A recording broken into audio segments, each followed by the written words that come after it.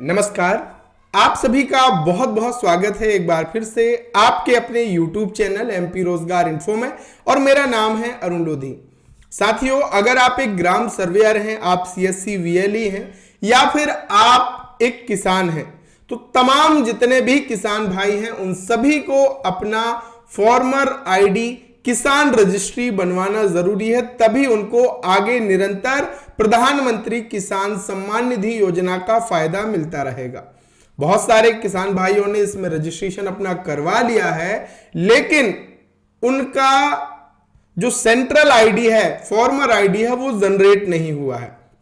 तो अगर आपने अपना रजिस्ट्रेशन करवा लिया है, पेंडिंग है, तो अप्रूव कैसे होगा, इसकी प्रोसेस आपको मैं बताने वाला हूं। इसके साथ ही साथ दूसरे कुछ भाई बहनों का यह भी सवाल है कि हमारा फॉर्मर आईडी बन चुका है, उसको हम कार्ड कैसे बनाएं। तो इन तमाम दोनों प्रश्नों पर चर्चा करेंगे विस्तार से। आपको सारी कैसे ऑप्शन आएंगे, कहां से आएंगे, सारा जानकारी मिलने वाला है। अंत तक वीडियो में बने रहिएगा। चैनल पे नए हैं तो कर लीजिएगा चैनल को सब्सक्राइब, क्योंकि यहां पे ऐसे ही लेटेस्ट अपडेट, सही सटीक जानकारी आपको मिलती रहेगी। तो चलिए शुरू करते हैं। सबसे पहले यह बात करते हैं कि ये फॉर्मर आईडी आप कहां से बनवा सकते हैं। तो किसान भाइयों के पास तीन तरीके हैं। एक तो वो खुद से सेल्फ अपना फॉर्मर आईडी बनवा सकते हैं, दूसरा आप CSC सेंटर पे जाकर बनवा सकते हैं, तीसरा आप किससे, आपका जो ग्राम सर्वेयर है गिरदावली सर्वेक्षण के लिए जिन्हें नियुक्त किया गया है वो भी फॉर्मर आईडी बना रहे हैं, उनसे आप बनवा सकते हैं। और चौथा एक तरीका और भी है कि अगर पटवारी महोदय आपको मिल जाए तो पटवारी महोदय भी फॉर्मर आईडी बना सकते हैं। अब फॉर्मर आईडी आपने बनवा लिया तो आपका जो आवेदन है, अगर आपकी डिटेल आपके आधार कार्ड में और आपकी भूमि में 80% से ज्यादा डिटेल मैच होगा, जैसे कि मान लीजिए भूमि में मेरा नाम है अरुण लोधी, है ना, और आधार कार्ड में भी मेरा नाम है अरुण लोधी, तो ये 100% मैच हो रहा है, तो क्या होगा, इसमें ऑटो अप्रूव्ड आपका हो जाएगा। इसमें क्या होगा कि सीधे आपकी जो रिक्वेस्ट है, आपने जो रजिस्ट्रेशन कराया, चाहे आप फॉर्मर ग्राम सर्वेयर से आपने फॉर्मर आईडी बनवाई और चाहे CSC वाले भैया से आपने फॉर्मर आईडी बनाई, वो सीधे सिस्टम के जरिए ऑटो अप्रूव्ड हो जाएगा। अगर आपका डेटा 80% से अधिक मैच हो रहा है तो इस तरीके से देखिए, ऑटो अप्रूव्ड सिस्टम से ही हो जाएगा, क्योंकि आपकी सारी जानकारी मैच हो रही है।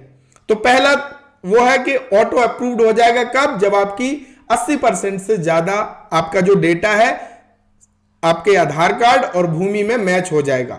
दूसरी कंडीशन ये आती है कि बहुत सारे भाई बहनों का क्या है कि मान लीजिए भूमि में मेरा नाम लिखा है अरुण लोधी, लेकिन आधार कार्ड में मेरा नाम लिखा है केवल अरुण।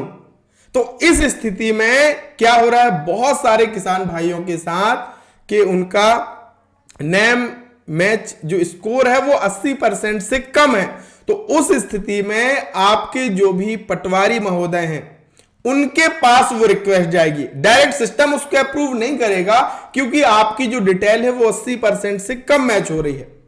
तो वो किसके पास जाएगा, वो आपके संबंधित हल्का पटवारी के पास रिक्वेस्ट जाएगी। सभी हल्का पटवारी महोदयों को आईडी पासवर्ड विभाग की तरफ से दिया गया है। कुछ इस तरीके से उनका इंटरफेस होता है, जहां पे बहुत सारे ऑप्शन उनको मिलते हैं।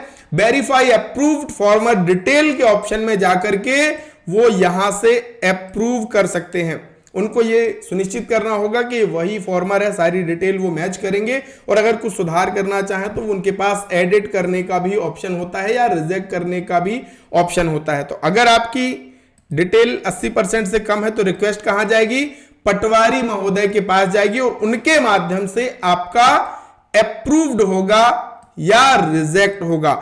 देखिए दो ऑप्शन उनको दिए जाते हैं कि या तो वो रिजेक्ट करेंगे तो वहां पे रिमार्क उनको लिखना पड़ेगा, अप्रूव करेंगे तो भी यहां पे देखिए अप्रूव का ऑप्शन है, वो उनके ऊपर निर्भर करता है, वो सारा वेरिफिकेशन करेंगे अपने स्तर पे और उसके बाद वो अप्रूव या रिजेक्ट करेंगे जो निर्भर करता है आपकी डिटेल पर। अगर आपने सारी डिटेल सही है, अगर आपने कुछ भी भर रखा है, दूसरे का खसरा अपने में जोड़ रखा है, फिर तो निश्चित रिजेक्ट करेंगे। लेकिन आपका कुछ डिटेल नेम मैच के कारण अगर हुआ है, वो पूर्व वेरिफिकेशन कर लेंगे, उसके बाद अप्रूव कर देंगे।